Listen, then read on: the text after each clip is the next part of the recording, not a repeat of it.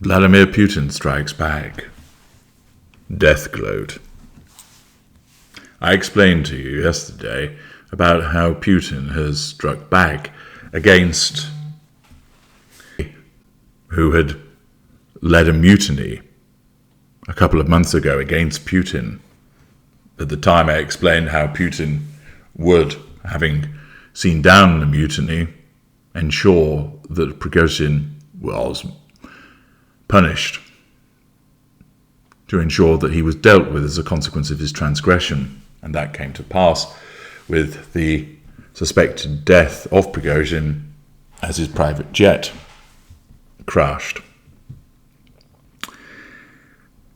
Putin has reacted to the news of Prigozhin's death and has done so with the death gloat of the narcissistic psychopath.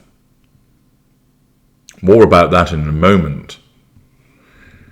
But the consequences of this action has resulted in Alexei Navalny, the imprisoned Russian opposition leader, warning that Prigozhin's death could actually plunge the nation into civil war.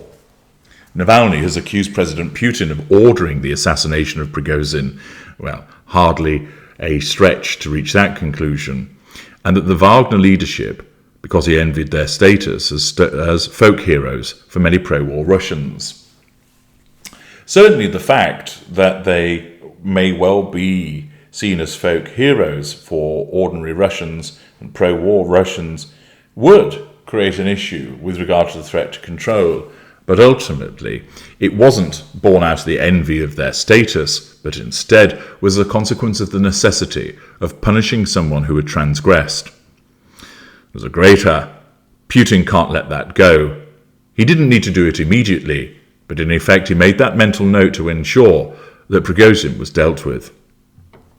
Prigozhin and Dmitry Utkin, the co-founder of Wagner, died on Wednesday when their business jet crashed shortly after taking off from Moscow. Wagner supporters have said the plane was hit by a missile or blown up by explosives on board the aircraft. All 10 people on board were killed when the plane plummeted to the ground in the Tver region, about 200 miles from Moscow.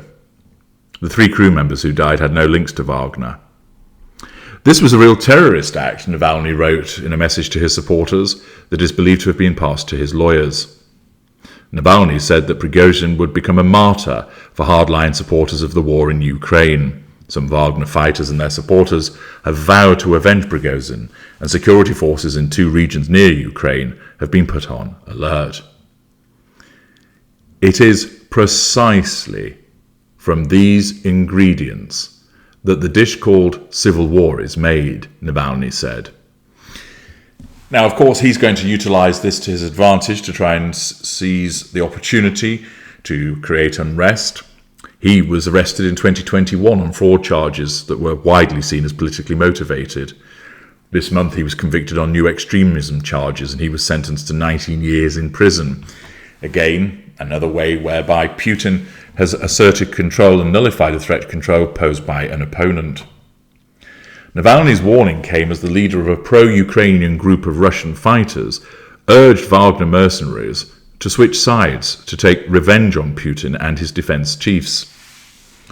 Apparently your founding father and commanders were cynically executed, and you know very well who is behind it, said Denis Nikitin, the head of the Russian Volunteer Corps. The group, which is based in Ukraine, has carried out several armed incursions into southern Russia in recent months. Nikitin said Wagner fighters should join forces with his forces and help drive out Russia's invading army, and then we'll march on Moscow. But this time, we won't stop 200 kilometers from the Moscow Ring Road, he said, in a reference to Wagner's aborted uprising in June.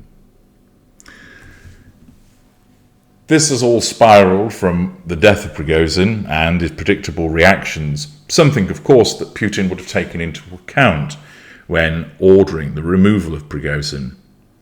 But Putin was also moved to make comment. He said that Prigozhin had made serious mistakes, but also hailed his role in the war. In a short video that was released from the Kremlin, Putin issued his words, and he did so without particularly evidencing any emotion, but you could tell that he was entirely satisfied with what had been achieved, that there was the gloat of appearing on television and explaining, I'm now going to talk about this man who's dead. I'm going to be able to say what I want about him and understand. I know that you all know that I was behind it without you actually having to say it. And the fact that I can sit here and tell you about this man having offed him demonstrates my power. And I want you to be reminded of the power that I have. I want you to recognize what I am and to ensure that you realize that I can do this if you get in my way. And thus he used the opportunity to make an appearance to talk about Prigozhin, but was quite simply gloating about this man's death.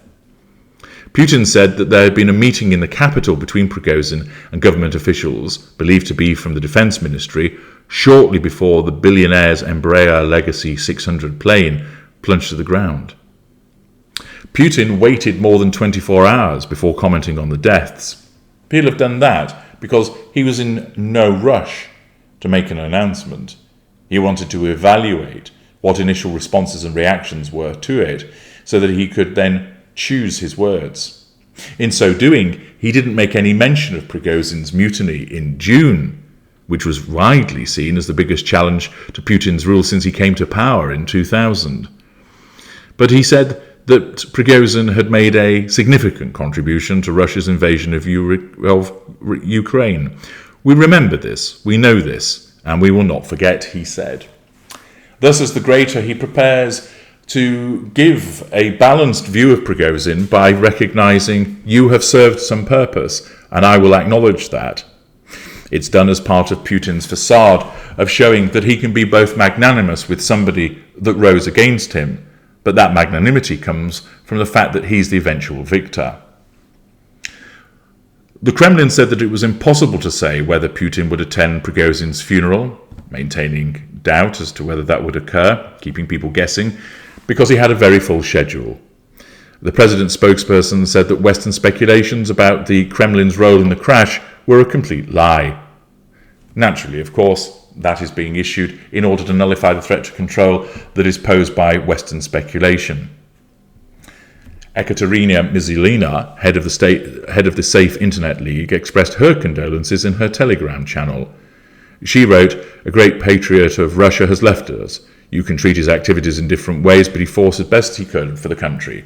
God grant that those whom he brought up continue to follow the path of protecting the interests of our motherland." The jet went into a sudden dive, falling 8,000 feet in about half a minute. Locals said they saw it explode in the air and one wing fly off.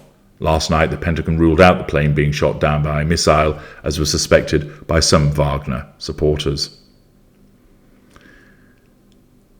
The fact is that Putin, as explained, has eradicated this opponent who had got out of line.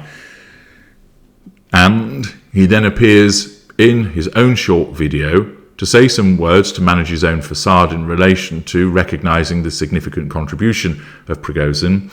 He doesn't talk about his mutiny, but also references the fact that he had made mistakes.